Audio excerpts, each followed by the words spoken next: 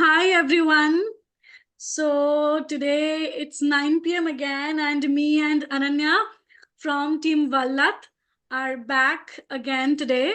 And today we are here to do our Maharashtra set, practice set 3. Today it's day 3 of our Maharashtra set practice test. So welcome to another session. I hope you guys, you all have watched yesterday's session on current updates, where we talked about various writers of the Northeast. And now today, as usual, we are back with another practice set. And currently we are doing practice sets on Maharashtra set. And it's day 3 today. So Ananya, so shall we start the session? Yes, we should start it. Okay. So guys, let's get started. I will share my screen. Okay. All right. So we are here with Maharashtra set crash course day 3, and we will be focusing on paper 2. Hi, everyone. Good evening. So here is your first question. Poems, chiefly lyrical. The first independent work of Tennyson was published in which year? Was it 1812, 1818, 1822, or 1830?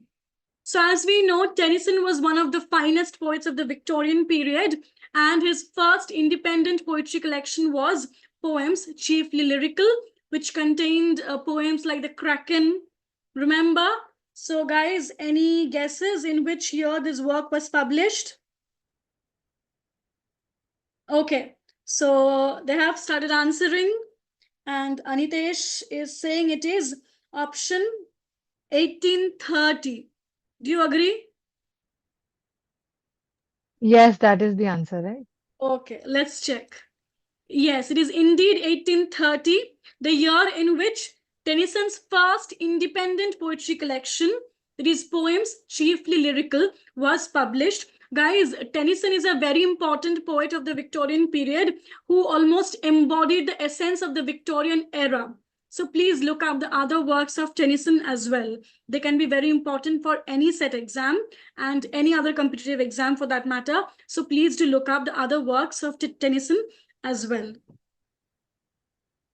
Okay. Next question. Ananya, will you please read this? Drum Taps, a collection of poems by Walt Whitman, is set during which period? Is it American independence, American Civil War, Battle of Gettysburg, or the Crimean War? So this collection of poems is set during which of these periods? This poem collection is by Walt Whitman. Drum Taps. Let's see what our friends are answering. So as we know, Walt Whitman was one of the most important periods of the was one of the most important poets of the American Romantic period, or what we call as the American Renaissance. And this Drum Taps is a collection of poems by Walt Whitman.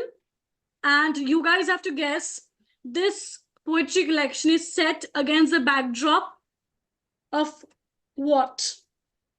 Okay, they have started answering. They are saying it is American Civil War. So let's check it out. Yes, it is indeed American Civil War. So as you guys might already know, American Civil War happened from 1860 to 65, and it happened between the North and South of America on the issue of slavery, right? American Civil War happened between North and South of America on the issue of slavery, and this Civil War happened from 1860 to 65. And against this backdrop rests this poetry collection of Walt Whitman, which is called Drum Taps. Again, Walt Whitman was a very important poet of this period. Please do look up his other poems as well. Like, he has written many important elegies on Abraham Lincoln, like When Lilacs Last in a Dooryard Bloomed, or Oh Captain, My Captain. They're absolutely very essential. So please do look up his other poems as well. All right. So let's move on to the next question. Okay. The Iron Man, a children's story in 5 nights, is a 1968 science fiction novel by whom? Is it H.G. Wells, Ray Bradbury, Ted Hughes, or Thumb Gunn? So as we can see, all these options here, like H.G. Wells, Ray Bradbury, I think they are quite famous for their science fiction novels, but Ted Hughes and Thumb Gunn are not really known for their science fiction works, right? So guys, what do you think? Who could have written this science fiction novel on the Iron Man? I think Quite a favorite among children. it is Ted Hughes, is it? Okay, let's see. Okay, so all of them are saying it is Ted Hughes. And it is indeed Ted Hughes, the very famous poet of the, he's a very famous contemporary poet who is mostly famous for his poems on animal imagery, right? Like crow, lupercal, hawk, right? Hawk in the rain. So he was very famous for his poems on animals. But The Iron Man, a children's story in 5 nights, is also a science fiction novel by none other than this poet laureate, Ted Hughes. All right. Yes, Ananya, will you please read this? Who among the following is the protagonist in Charlotte Bronte's Villette? Lucy Snow, Carolyn Hellstone, Carolyn Abbott, or Lilia Harrington? And there's a portrait too. Yes. So as we all know, Villette is a very famous novel by Charlotte Brontë. And you guys have to choose that who was the heroine in this novel, Villette, by Charlotte Brontë. This novel was published in 1853. And here this protagonist is traveling to this place called Villette, and she starts teaching in a school there and gets entangled in a life of adventure and romance. Okay, they're saying it is Lucy Snow. Do you think so, Ananya? Is it Lucy Snow? Yes, that is the answer, I think. Okay, let's check it out. Yes, it is indeed Lucy Snow, who is the protagonist in Charlotte Bronte's novel Villette. So please note this novel was published in 1853. Okay. Next. The poem The Sunshine Cat is written by Dash. Please note it's a PYQ of MH set. So you guys have to tell me the poem Sunshine Cat was written by whom? Is it Mamta Kalia, Gauri Deshpande, Meena Alexander, or Kamala Das? Who do you think have written this poem? I can tell you, this poet was very famous for her confessional poetry. She is very famous for her confessional poetry. She has written very important poems like an introduction. We all know this poem, an introduction, right? Yes, it is This is indeed by Kamala Das, the very famous confessional poet of India, who has written this poem, The Sunshine Cat. Kamala Das is extremely important for any exam you sit for. So please look up her other poems as well, like The Looking Glass, An Introduction, Summer House in Calcutta, right? Then, was it Summer House in Calcutta? Summer in Calcutta. Summer in Calcutta. So please do look up her other poems as well. And I loved her autobiography, actually. My Story. It's a phenomenal autobiography. Okay. Let's move on to the next question. Yes. Ananya, will you please read? The Mysteries of Udolpho is a Gothic novel by which of the following writers? Is it Mary Shelley, Ann Radcliffe, Daphne du Maurier, or Charlotte Lennox? And again, we have the portrait of the writer. It's so beautiful. Yes. So we actually get the references of this novel many times in Jane Austen's Northanger Abbey, because there the heroine Catherine Morland is very fond of reading Gothic novels, and she particularly loves reading this novel, The Mysteries of Udolpho. And here, actually, Mary Shelley, Ann Radcliffe, Daphne du Maurier, all of them are famous for writing Gothic fiction, except Charlotte Lennox, who wrote The Female Quixote. So, guys, any guesses? All our Yes. YouTube friends are answering it right. Yes, it is indeed Anne Radcliffe who wrote The Mysteries of Udolpho. It is one of her most famous novel. It's a huge novel. So please do look up the other works by Anne Radcliffe as well. So, and other Gothic novels also, like The Castle of Otranto by Horace Walpole, The Monk by Matthew Gregory Lewis, then Melmoth the Wanderer by Charles Maturin. So please do look up Gothic novels. They're very important and they might come easily in any exam. Right. Okay. So The Art of Fiction is a critical essay by Dash, published in 1884. So who wrote this critical essay in the 19th century? Was it Percy Lubbock, Henry James, Cleant Brooks, or R.P. Warren? All of them are actually very famous for their criticism on fiction. Like Percy Lubbock wrote The Craft of Fiction. Cleant Brooks and R.P. Warren had collaborated to write Understanding Fiction. Remember? Okay, so everyone is saying it is Henry James. It is indeed Henry James who wrote this critical essay. It's very famous. It is The Art of Fiction. Please do look up these critical essays and also these critical works like The Craft of Fiction by Percy Lubbock. They're very important. Next, Ananya, will you please read? Identify the comedy of humors from the following. This is a PYQ from 2011.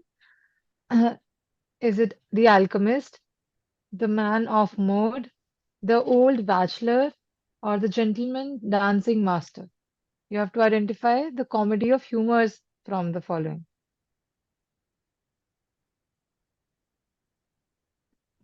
So as we know, comedy of humors is a style of drama which was fashionable in the 16th and 17th centuries. Ben Jonson was a major proponent of comedy of humors, where he talks about how various humors in our body actually determine our personality and character types. Like blood makes us sanguine, black bile makes us melancholic, yellow bile makes us choleric. So this comedy of humors talks about how the distribution of various fluids or humors in our body decide our personality and character types. And one of these plays is such. So which play among the following is a comedy of humors, which talks about how the distribution of various fluids or humors in our body decide our personalities? Is it The Alchemist? Is it The Alchemist? It can be. So what are our friends saying? Okay. Yes. So let's check out the answer, shall we? Because The Man of Mode is a restoration comedy by George Etheridge. And this, The Old Bachelor, The Gentleman Dancing Master, these are also not comedy of humors, right? So it is indeed The Alchemist by Ben Jonson, which is a comedy of humor, right? Okay. Let's move on to the next question. Okay. Tracts for the Times was produced by which movement among the following? These are the movements: Chartism, Oxford movement, utilitarianism, or aestheticism. So, among these, which of the following movement is associated with Tracts for the Time? So, let's see what our friends are answering. Yes. Guys, what do you think? Tracts for the Times, this document was produced by which movement among the following?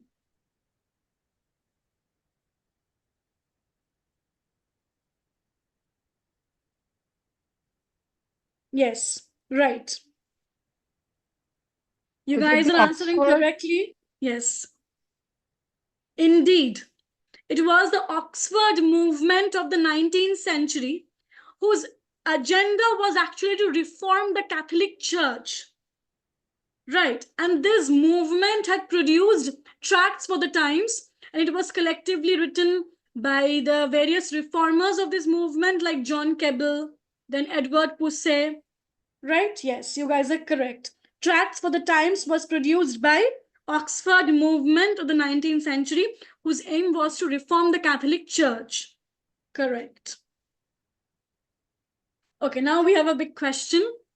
Which statement among the following is wrong about George Eliot's Middlemarch? Middlemarch centers on the lives of the residents of Middlemarch, a fictitious Midlands town. Here, Dorothea Brooke is a 19-year-old orphan living with her younger sister, Celia, as a ward of her uncle, Mr. Brooke. I think that's correct. Next, Fred and Rosamond Vincy are the servants of Middlemarch's town mayor. Okay. Last, the key to all mythologies is the name of the work of theological scholarship to which the 45-year-old Reverend Edward Casaubon has dedicated several decades of his life. So all these are statements about the masterpiece of George Eliot, that is Middlemarch. It's a huge work with a huge range of characters, ranging from Dorothea Brooke, the heroine, to Edward Casaubon, her husband, right? Guys, what do you think? Which option among this is wrong? It is C, is it? Yes, everyone is saying it is option C, which is wrong. And you guys are correct. Fred and Rosamond Vincy are the eldest children of the town mayor. They're not his servants. They're his children. You guys are correct.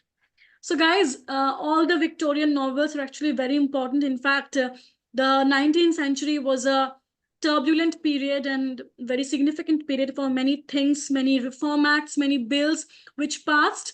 And it was a turbulent period in terms of its socio-political conditions. And that's why it has also evolved very significantly in literature of the period. And novels of George Eliot are very important in terms of the philosophy. It reflects the principle of realism it works on. So please do look up the novels of George Eliot, starting from Adam Bede to Daniel Deronda. They're extremely important. All right. Okay. So I hope you guys are enjoying this session today. If you are enjoying this session, please do like the video and share it with your friends. Okay. Next question. Ananya, will you please read this? Which play of John Galsworthy was part of a campaign to improve conditions in British prisons? Is it The Man of Property, or Justice, or The Silver Box, The White Monkey? So, most of them are plays of John Galsworthy. Yes, And yes, all of these are works by John Galsworthy. Now you have to decide which play among the following by John Galsworthy led to this campaign of improving the conditions in the prisons in the contemporary period. Right? So what do you guys think? Ananya, what are they saying? oh, they are saying it's Justice. Okay, so let's check it out, because The Man of Property is a novel. The Silver Box is also a play. The White Monkey is also a novel. So Justice and The Silver Box, these two are plays by John Galsworthy. And let's check out the answer. Yes, it is indeed Justice. Justice is a 1910 play by the British playwright John Galsworthy, and it was indeed a part of a campaign to improve conditions in British prisons. So I would like to tell you guys a bit more about the play so that you guys get an idea why this play actually led to this campaign for the improvement in the conditions of the British prisons. So this play opens in the offices of James Howe and Sons, who are solicitors, and Here we see a character who is called Falder. Falder is actually sent to prison for cheating, right? And when he's actually made to live alone in his prison, which gradually leads to his insanity. So this play led to this campaign for improving the conditions of the British prisons. Right. Next, the central concept of existentialism is dash. So what is the central concept of existentialism? Rejection of pessimism, a realization of nothingness, acceptance of predeterminism, or protest against fatalism. So what is the central idea on which existentialism rests? What is that central idea?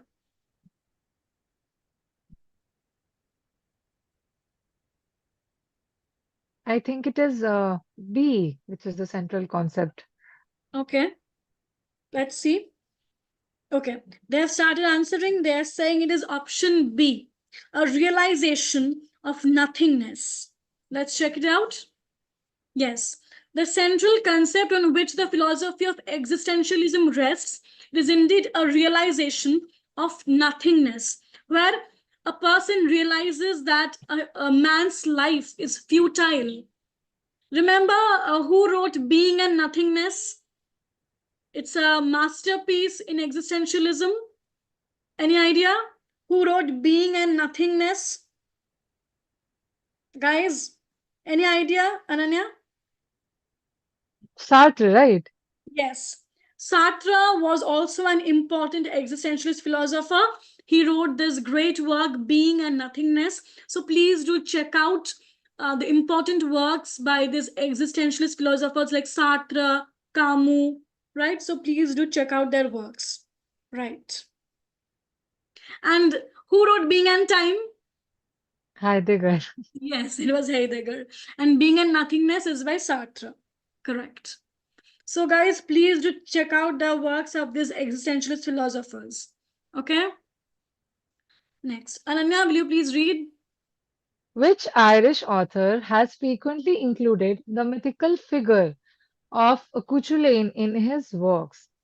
Is it J.M. Sinch, W.B. Yeats, Sean O'Casey, or James Joyce? They're all Irish authors, Yes, all of them and are Irish writers. one of them has included the mythical figures of Cuchulainn. And I think this is an image of that figure, right? Yes. Wonderful. Guys, Let's see any what. idea? This writer has actually repeatedly uh, employed this figure of Cuchulainn in many of his works. Cuchulainn is actually a heroic figure in the Irish legends. As you guys can see, Cuchulainn is a heroic figure in the Irish legends. And this particular writer has written many works employing this figure. Any idea? Okay, they have started answering. They're saying it is W.B. Yeats. Do you think the same, Ananya? Yes, I think it is W.B. Yeats. Okay, let's check out the answer. It is indeed W.B. Yeats, who has written many works about Cuchulainn, like Cuchulainn's Fight with the Sea, on Bailey's Strand, At the Hawk's Well, The Green Helmet, The Death of Cuchulainn, and Cuchulainn Comforted. He has written a series of works employing this heroic figure of Cuchulainn, who is found in Irish legends. So please do note down these works and please read as many poems as you can by W.B. Yeats. As we all know, he was a stalwart figure in Irish literature. So please do look up his poems. All right. Let's move on to the next question. Ananya, will you please read? In which novel did Conrad first introduce his technique of oblique narrative? This is again a PYQ of 2011. Is it The Nigger of Narcissus, Lord Jim, Heart of Darkness, or Kangaroo? These are all novels by Joseph Conrad. And in which one has he introduced this technique of oblique narrative? Oblique narrative is like frame narratives. So in which of these novels do we see that Conrad has employed the technique of frame narratives? Story within the story. Where? Is it Heart of Yes. Darkness? Yes, correct. It is indeed Heart of Darkness where Conrad employs this technique of frame narrative. Story within the story, right? Correct. Again, Conrad is an absolutely fantastic novelist, very important writer. So please do look up his novels. All right. Okay. Now this pig looks cute though. Okay. Snowball is a character in which of the following works? Animal Farm, Gulliver's Travels, The Pilgrim's Progress, or Robinson Crusoe? In It which is of these Animal Farm. novels? Sorry, I really like it. Yeah, it looks very cute actually. Guys, what do you think? Okay. They have started answering. It is Animal Farm. Indeed. Animal Farm is a dystopian novel. It's a dystopian fiction by George Orwell. And here we see this character Snowball, who is actually a pig. And we see how through the novel he gradually turns to be an authoritarian figure and he subverts the principles of animalism, and he also gradually learns to appropriate and manipulate power like humans. That's what story is all about, right? Power and how it is manipulated and appropriated. Okay, let's move on to the next question. The Vision of Judgment is a satire on dash Coleridge, Sade, Wordsworth, or P.B. Shelley. Ayo, Ankita, we have put the answer in the photo. Yeah, it's actually the Vision of Judgment. This satire was written by Byron, but Ah, right, right. this satire was directed towards whom? Because Byron is Oh, actually mocking someone here. is it Sade then, right? He wrote Yes, A Vision of correct. Judgment and Correct. Yes, right. So it is indeed Sade. So Byron had written this work, The Vision of Judgment, where he has mocked Robert Sade. Clear, guys? Yes. It's a work by Byron where he's mocking, where he's put attacking us, where he's attacking Robert Sade. All right. Okay. Ananya, will you please read? the Gokul Ashtami festival is referred to in which of these works? A Passage to England, A Passage to India, Kantapura, or India, A Million Mutinies Now. Gokul Ashtami festival is associated to Lord Krishna, right? And Yes. it is referred in one of these novels. Okay. So, in which of these novels do we find references to the Gokul Ashtami festival? Yes, it is a novel by E.M. Forster. Okay, Yes. there we have the answer.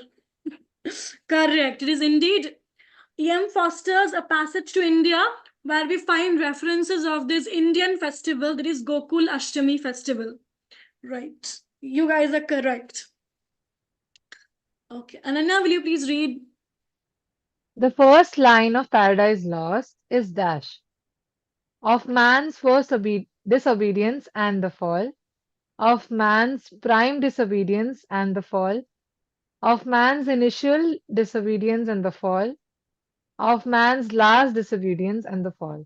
This is again a PYQ 2013, and the first line of Paradise Lost is one Yes, of so as these. we all This is a know, tricky one. Paradise Lost is an epic by John Milton, right? So I think we all know the answer. Okay, yes, they have started answering. Shabni is saying it is of man's first disobedience in the fall. Okay, surprise S is also saying that, so let's check out. Yes. It Of is. man's first disobedience and the fall. And here we can see of man's first disobedience and the fruit of that forbidden tree, whose mortal taste brought death into the world, and all our woe, with loss of Eden, till one greater man restore us and regain the blissful seat. So these are the opening lines of this literary epic, Paradise Lost, by John Milton. Again, Milton is a very important writer. All his works, like his masques, his epics, his sonnets, his religious and political tracts, all of his works are extremely important, which captures the tension of his period very aptly. He was the most significant writer of the Civil War period. So, guys, please do look up all his works. Look at the opening lines, the themes. They are very important for any exam. All right? Yes. Next, in which poem is modern humanity described as stuffed men with headpiece filled with straw? Is it Ash Wednesday, The Hollow Men, East Coker, or Little Gidding? So all of these are poems by T.S. Eliot, and in one of these poems we find these phrases where humanity is described as stuffed men with headpiece filled with straw. Okay. Is it? Pooja, yes, then Shrabani, Anitesh, all of them are saying it is The Hollow Men by T.S. Eliot. So let's check out the answer. Yes, it is indeed The Hollow Men by T.S. Eliot. And let's look at the poem. So this poem begins with these epigraphs: Mr. Coods, he dead, and a penny for the old guy. And see, this is how the poem begins. We are the hollow men. We are the stuffed men, leaning together, headpiece filled with straw. That's the hollowness, the inner hollowness T.S. Eliot is talking about, the hollowness which man suffers from in the modern period, right? Okay. Next. Ananya, will you please read? Who is the young sheep farmer refused as a husband by Bathsheba Everdeen in Far from the Madding Crowd? Was it Francis Troy, Mr. Boldwood, Gabriel Oak, or Jan Cogan? So, guys, we all know Far from the Madding Crowd is a novel by Thomas Hardy. It's the novel in which Hardy had introduced Wessex for the first time. It was serialized in the Cornhill magazine. And in this novel, we find the heroine Bathsheba Everdeen. And the hero actually proposes to her for marriage, but she refuses him. So who is the man who is getting refused here? Okay, they are saying it is Gabriel It's Oak. Gabriel Oak. Yes. Right. It is indeed Gabriel Oak, the young sheep farmer, who is refused by Bathsheba Everdeen. And please note, Far from the Madding Crowd is the novel by Hardy, in which he introduces Wessex for the first time. This title has been taken from Gray's Elegy written in a country churchyard, and this novel was serialized in Cornhill magazine. Right? Okay, so as again we all know, Hardy is an extremely important Victorian novelist. Please look up his novels. They're very important. Okay, so I think that's where our presentation for today ends. I really hope you guys liked the session. I think they enjoyed. They So if you really guys did. like this, And they're all giving inputs, that they're giving extra points. Someone, Nirmal Kaur was there. She mentioned extra things, extra information. That is so amazing that we're learning together, all of us. correct. So guys, if you like the session, please like the video also and share it with your friends. And we will meet again on Monday at 9 p.m. So we hope to see you again on Monday. So please join us again. All right. Thank you guys for staying with us till the end. Thank you so much. And with your permission, we are ending the session for today. Good night. Take care. Good night, everyone. Bye.